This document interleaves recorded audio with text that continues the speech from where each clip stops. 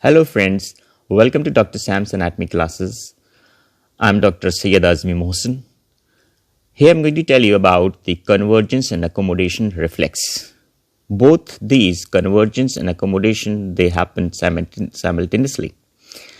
Now convergence, let's talk about convergence first. Convergence means when you focus both the eyes medially to a point, right? And that is with the help of bilateral contraction of the medial rectus muscle. And because the muscle is voluntary, right? So this action, the convergence, is a voluntary action. But don't forget that convergence can happen involuntarily also. Because the afferent pathway is the non-geniculate pathway, and that is under unconscious or subconscious level.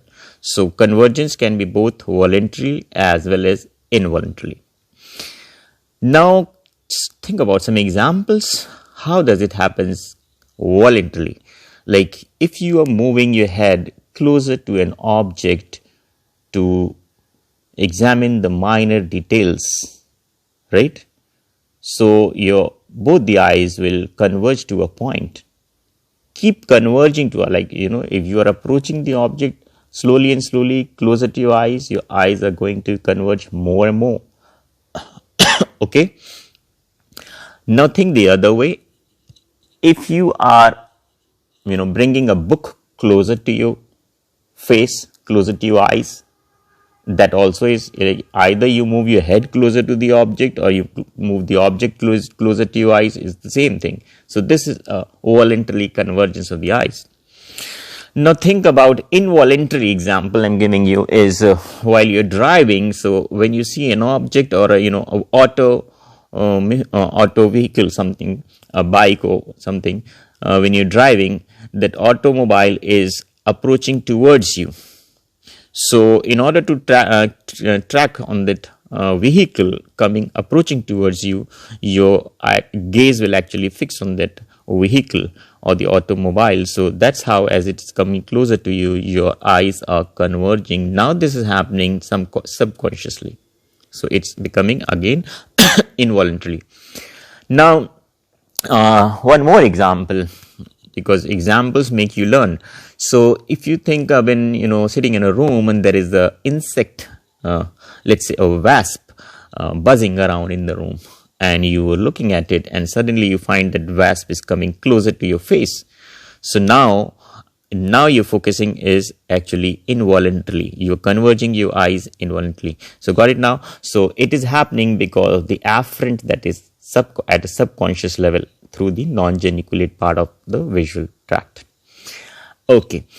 Then have you seen some people using eye lens? The lenses with one single eye while working. Like, people who are working in mobile repairing workshops, or people who are working in a wrist watch industry, who are repairing the watches, right? So these people, or the goldsmith, they use a lens on one single eye while to work the minor details. So why is this? Why do people need to focus with one eye? Here, of course, there will be no convergence required, but even the person is closing his one eye. Like when you look into a microscope with your one eye, monocular microscope. So you close your one eyes, but it doesn't mean your eyes are not converging. It's a natural phenomena when you look to an object which is close to your eye, which are close to your focus. So your eyes are going to converge. You may close your one eye, but still both the eyes are converging. So, but what's the need of this? Why do people look with one eye when they have to focus to explore the minor details? Right, like working on a wristwatch, repairing a wristwatch. They do this thing. Can you guess any reason? Look here, like if you have seen through a binocular microscope, then also you can appreciate the details with both the eyes. And but when you're looking with the one eye, in a monocular microscope, you close one eye, then also you see it. But that's a different thing, like, because your already field of view is restricted. So here what happens is, basically this they do is to restrict or to limit their field of view, right, by closing one eye. And when you like, if you've seen that shooters in the Olympics, when they shoot, they also close one eye, they focus with one single eye. The purpose is to this looking with one eye is actually to decrease the field of view, to limit the field of view, so that more amount of distractions from the periphery or from the opposite side should not distract you. Got it now? So this is just to limit the field of view. Otherwise, focusing will be same, either you look with both the eyes or with one eye, and convergence and accommodation will happen both the eyes. Even in the eye which you're closing, convergence and accommodation is happening there also, because it's a bilateral response. Okay, now I hope you've got this idea.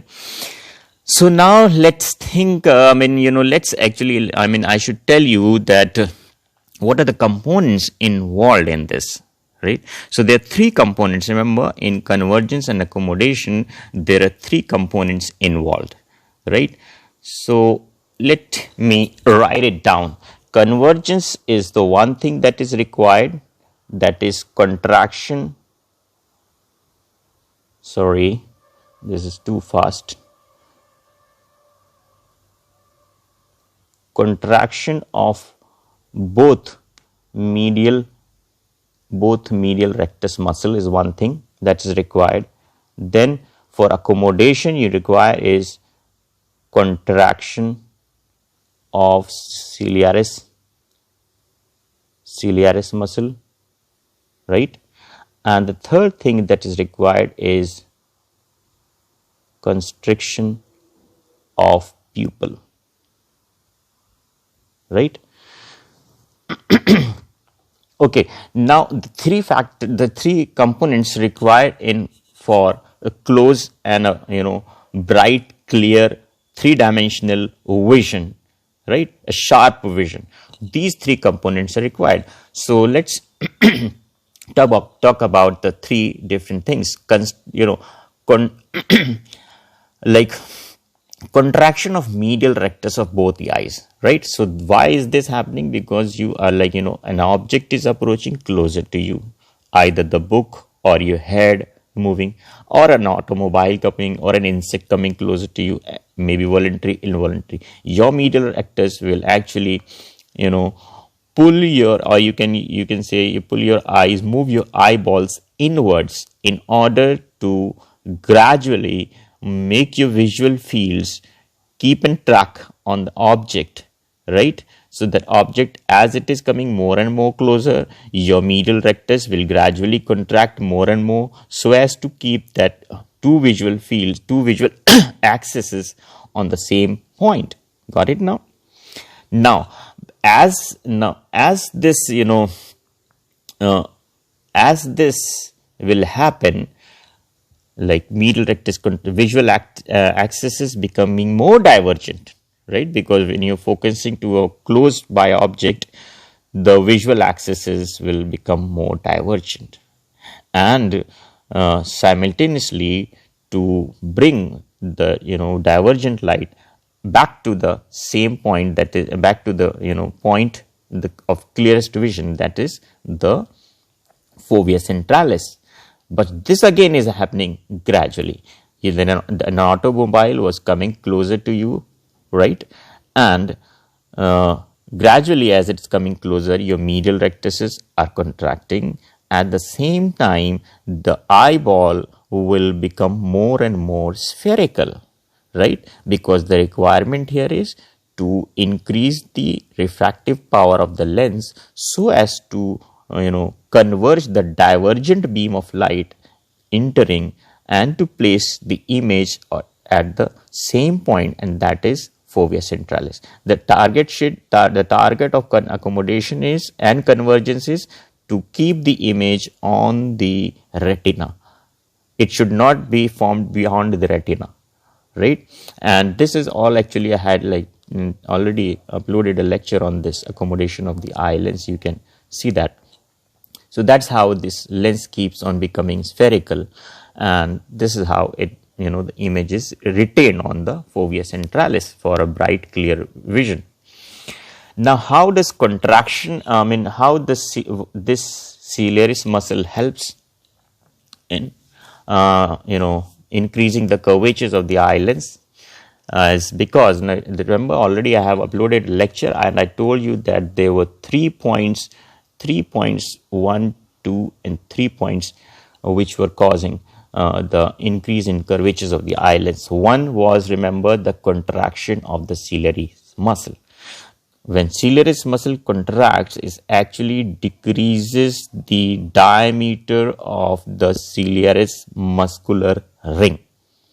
So when it decreases the diameter, the zonules of Zinn, also called the lenticular fibers, they become lax. So when they become lax, the eye lens, which was stressed because of the zonules, now becomes free.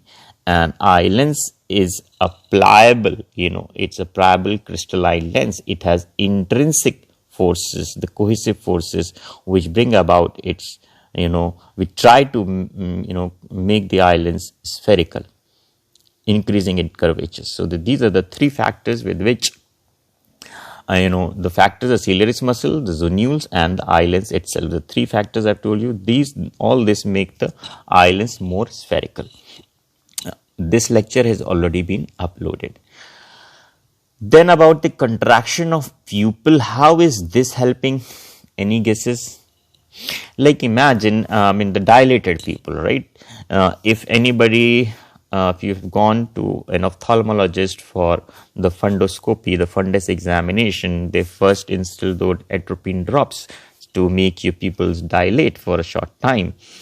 And after that examination, you are again asked to sit and relax for some time until your pupil comes back to the normal position. You're not asked like just after, your fundoscopy, you start moving and going back home. It's not advised. The reason is when you have dilated pupil, there is more amount of light entering your retina through the eye lens. And, right? But when more amount of light enters and there is a divergent beams of light entering, your image is what you're seeing becomes blurred. It's not a sharp, clear-cut image.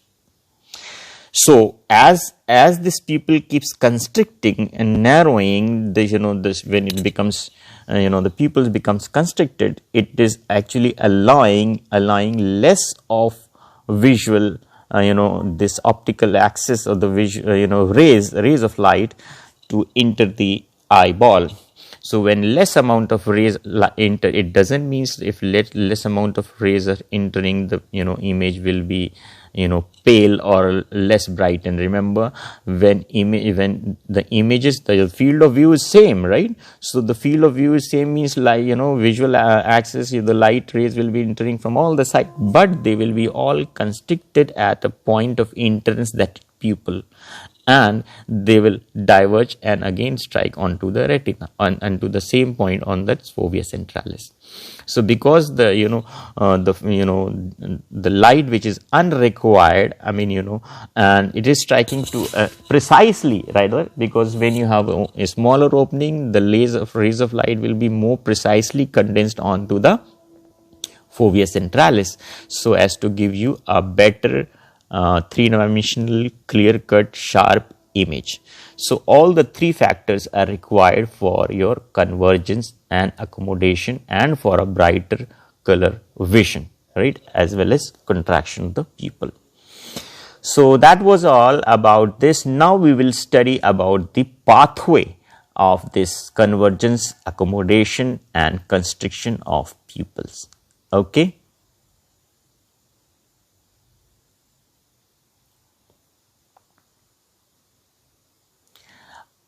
Okay, now let's study about the pathways of the three components. I've already told you the three components. We'll study one by one.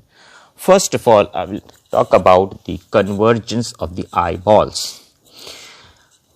Convergence of the eyeball, all I told you, is happening because of the subconscious level, at subconscious level. Now look here, like when you are focused, when you're looking, your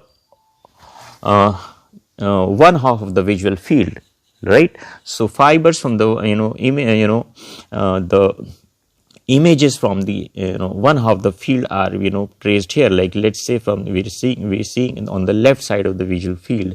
So the left temporal retinae and the right nasal retinae will be illuminated, right? So the the visual stimulus from this left temporal hemiretinae will pass ipsilaterally to the optic nerve, optic chiasma and optic tract without being decussated, while the fibers from the nasal hemiretinae of the opposite eye will decussate in optic chiasma, and ultimately the complete image from the right half of the visual field, because we are tracing here, is the left of the retina of both the eyes. So that means we are looking on the right. At this, actually, for description purpose, they have drawn only of the one side. So when you're seeing on the right half of the visual field, this is the tract which will happen. Now in this, this is the optic tract. 90% of the fibers, I told you, will pass through the lateral limb of this optic tract and will relay into the LGB, lateral geniculate body. And in this LGB, there are there are 6 lamellar arrangements. So the fibers coming from the same eyeball, the temporal hemiretinae of the same side, they will relay into lamina 2, 3 and 5.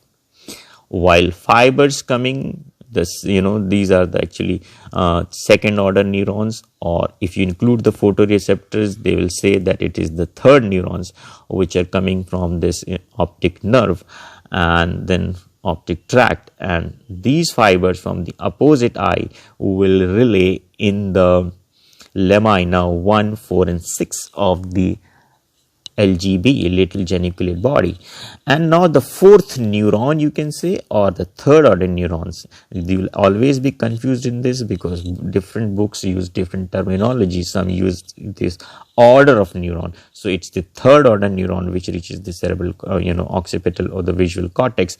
But if they talk about the neuron including the photoreceptors, then it becomes the fourth neuron which reaches this visual cortex from LGB. And there you get this conscious visual perception at the area number 17. Got it? Then for the three-dimensional, the colored vision, and this is the para-striate area number 18, peristriate area number 19, and that's how this image is stored. And it's with your past experiences you are getting to realize the image as well. So this was all about the afferent pathway. Now look about the efferent pathway. Efferent pathway will start right from here, like cerebral cortex, the descending fibers, the descending tracts, they all start from the cerebral cortex and reach to the skeletal muscle. So that's a efferent pathway. Now this efferent pathway, because it is not reaching directly to the oculomotor nucleus from where the lower motor neurons arise. So because it's not reaching directly, so it will not be called a pyramidal tract. Remember, pyramidal tract has two set of neurons, right from cerebral cortex to the nucleus of the cranial nerve or the anterior horn of the spinal cord, that's upper motor neuron, and from the nucleus of this cranial nerve or from the anterior horn of the spinal cord, it will be the lower motor neurons. But because these fibers, they are not reaching to the oculomotor nucleus directly, so that means this pathway is an extrapyramidal tract. And look here. Now I think I need to zoom this so that you get a better idea of this for a short time.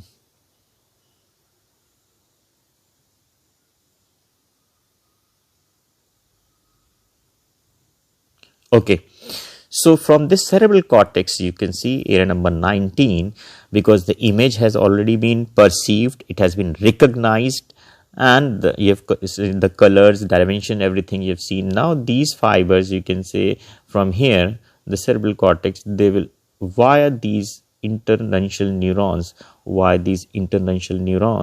actually they synapse, and they will keep moving like this in its tract.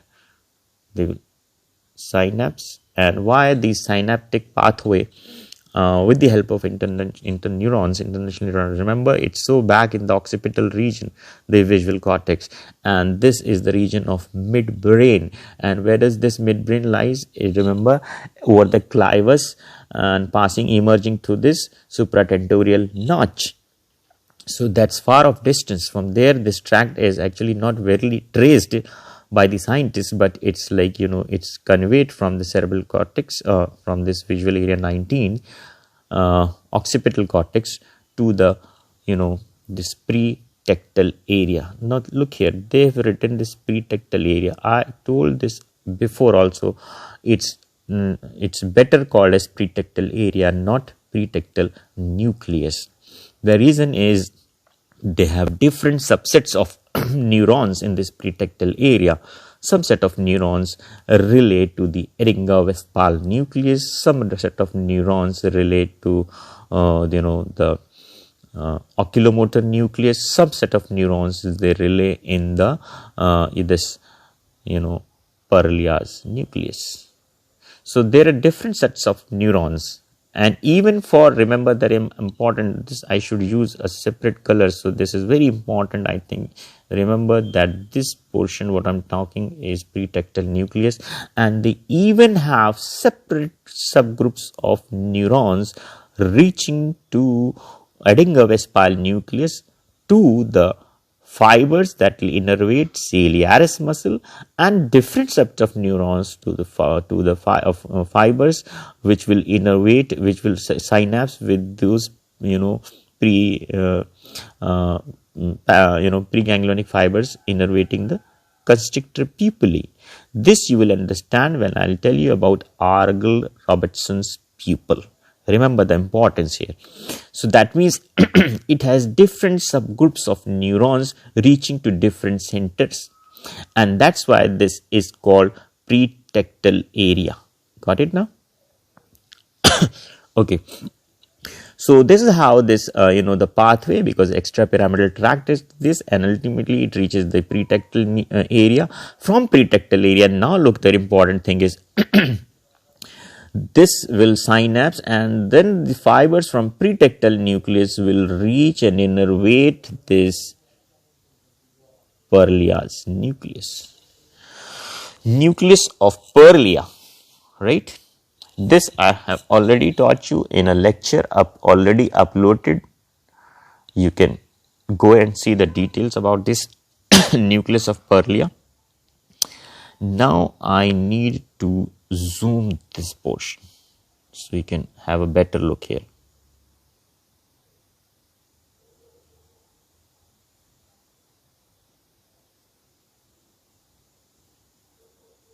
Okay, so from pretectal nucleus, I was talking about this pretectal nucleus, right? So from this pretectal nucleus, you can see the fibers reach down into this yellow color nucleus. This yellow color is an unpaired nucleus of Perlia. This is a new concept I'm telling you. I have already uploaded a lecture upon the new concept of Edinger Westphal nucleus. You can go and learn from there.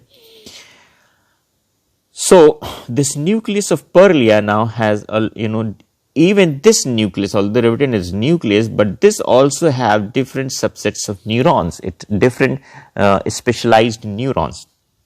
And where is this located, Perlia's nucleus? Remember, in the upper section of the midbrain, at the level of superior colliculus, between the oculomotor nerve nucleus, and this oculomotor nerve nucleus was also having subnucleuses for the different muscles. So it lies between the two subnucleus which from where the lower motor neurons to the medial rectus arise. So the subnucleus containing fibers to the medial rectus, there it is located in between the two subnucleus for medial rectus. One thing is this.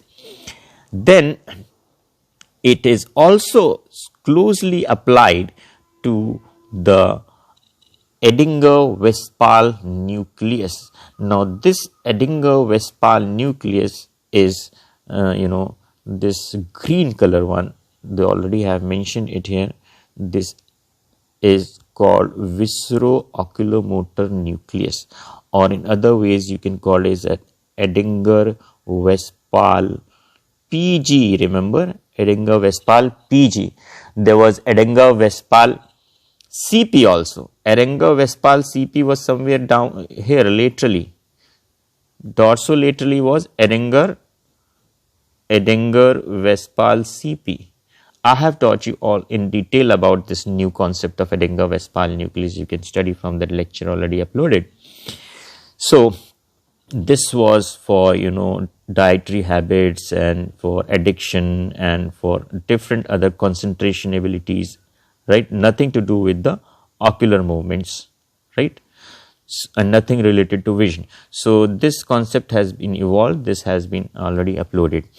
Now we are focusing upon the green color nucleus, that is Edinger-Westphal PG, means preganglionic fibers will arise here, the parasympathetic fibers, and that's why it's called viscero-oculomotor nucleus, or the another word is accessory oculomotor nucleus. Accessory oculomotor nucleus. Okay, so after this, from pretectal nucleus, the fibers, when they'll innervate Perlia's nucleus. Now Perlia's nucleus, first of all thing, it has two subsets of neurons, the yellow color one.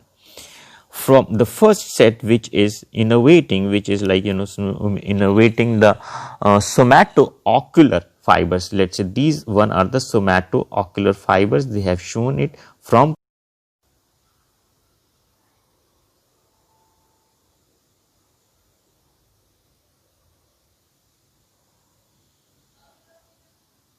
okay. So Perlia's nucleus has the two subsets of neurons. Somatomotor fibers will innervate simultaneously both the sides to the subnucleus of oculomotor nucleus, the subnucleus supplying the medial rectus muscle, both the ways, both the sides. And from there, when it reaches ultimately, this upper motor neuron pathway is completed of the extrapyramidal tract, and finally the impulse reaches the lower motor neurons supplying the medial rectus. So both the sides from here, this medial rectus will be innervated ipsilaterally, right? And this this lower motor neurons supplying medial rectus will pass along the oculomotor nerve, and the courses will be right from the interpedunculaar fossa. Then you have this cavernous sinus. Within the cavernous sinus, it divides into upper and lower divisions. So through the lower division, this will follow, and within the orbit, remember that this nerve to medial rectus crosses the optic nerve inferiorly from lateral to medial side, and important is that it innervates this medial rectus muscle on its orbital surface. One again important point, I am covering all your MCQs. So all the extraocular muscles are innervated on their orbital surface except the lateral rectus. Lateral rectus is innervated on its ocular surface or the bulbar surface, right? And if it's talk about the borders, so remember the inferior oblique muscle is innervated on its proximal border. Otherwise all the muscles are innervated on their orbital surface. So medial rectus is also innervated on its orbital surface. Now talking about the visceromotor fibers. So here you can see this, the lower portion of this nucleus of Perlia has also two sets of neurons, right? The few of them will innervate. Now the green color is Edinger-Westphal CP. This one is Edinger-Westphal PG, right? So from here the fibers will innervate in this Edinger Westphal. Again, this has two set of neurons. There will be preganglionic fibers which will, they have actually shown on one side. This actually is happening both the sides simultaneously. It will innervate the nuclei of both the sides because it's a reflex. So both the accommodation will happen both the eyes simultaneously. So, but they have less of space, so they're shown only on one side. So this is how the fibers innervating the ciliaris muscle and the fibers innervating the constrictor pupillary, they will be stimulated, and these preganglionic fibers will pass down. You can see now that the course will be now like this, that the preganglionic fibers will pass along with the oculomotor nerve. Now think about the tract here.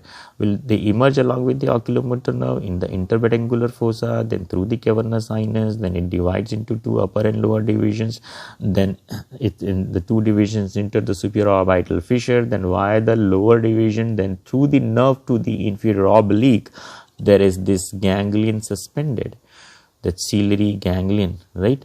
So in the ciliary ganglion, these preganglionic fibers will relay. Now the postganglionic fibers will follow the course of the short ciliary nerves.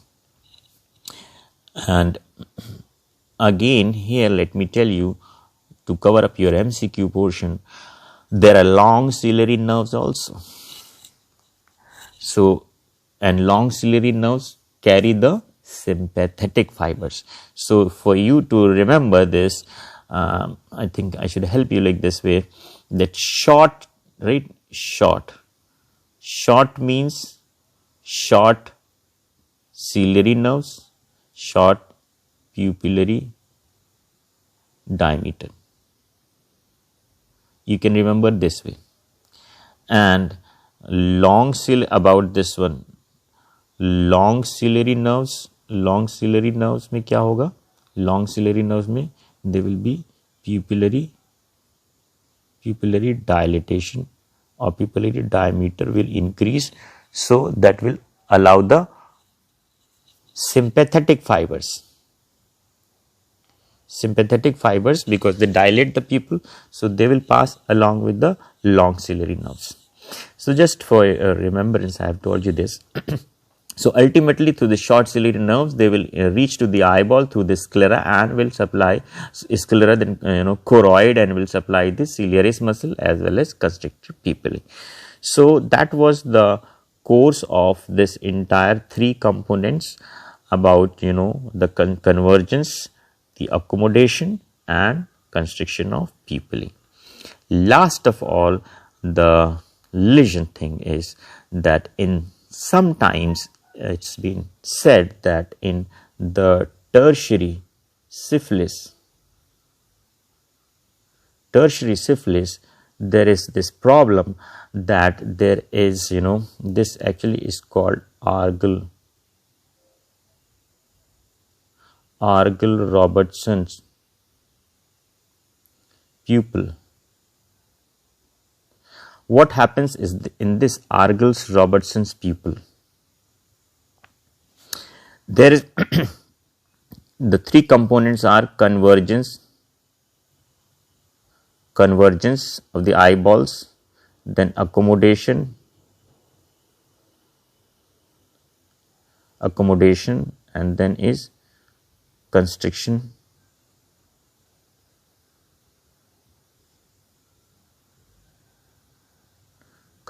of pupil.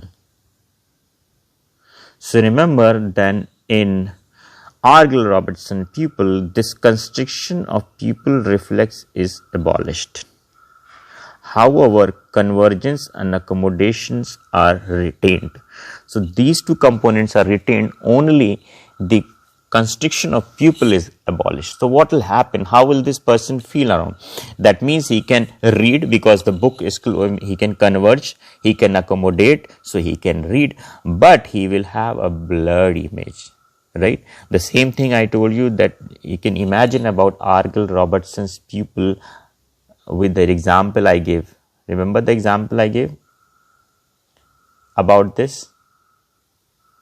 Yes, imagine that you are asked to read up after your fundoscopic examination, right? So when you have pupillary dilatation is already there, like it's fixed, and you are like reading. So because now you are trying to accommodation reflex is there, because you're reading, like you're able to converge then. But because the pupils are dilated here, think about the Argyll Robertson's pupil, person suffering from tertiary syphilis, this will happen that he will be able to converge and accommodate, but he will not be getting a clear and a bright and a sharp image. Got it? What happens actually? Why is this lesion? Where actually this lesion happens? Now actually the fact is that the pathway, the site of lesion is not very well assured by the scientists, because now you see that there's this Edinger Westphal PG here, and there are two set of neurons in Edinger Westphal PG. Remember the set of neurons, preganglionic neurons for the ciliaris muscle and for the constrictor pupillae. They're so closely packed up within this Edinger Westphal PG nucleus, right? And to them the fibers were being reaching from this nucleus of Perlia, right? So it's not very certain why is this happening, that only the fibers to the constrictor pupillae are lost. Or let's say if the lesion is at this Perlia's nucleus, then also the fibers will reach both the sides, right? Now think about pretectal nucleus. Some have written, in fact this is the most clear answer, that they say that the lesion is here at the pretectal nucleus. But this is also not very confirmatory, because pretectal, you can see it sends fibers to both the Edinger Westphal, either in both the Edinger Westphal nucleus or the nucleus of Perlia. So how is it that this syphilis, Treponema pallidum, how does it supply, infects only those fibers which innervate the fibers reaching to the constrictor pupillae? So the pathway, the tract to this, somatic oculomotor, whatever it is, like Edinger Westphal nucleus, right? So viscero-oculomotor nucleus, or you can say the accessory oculomotor nucleus, this tract is not well established. Okay, why is this happening?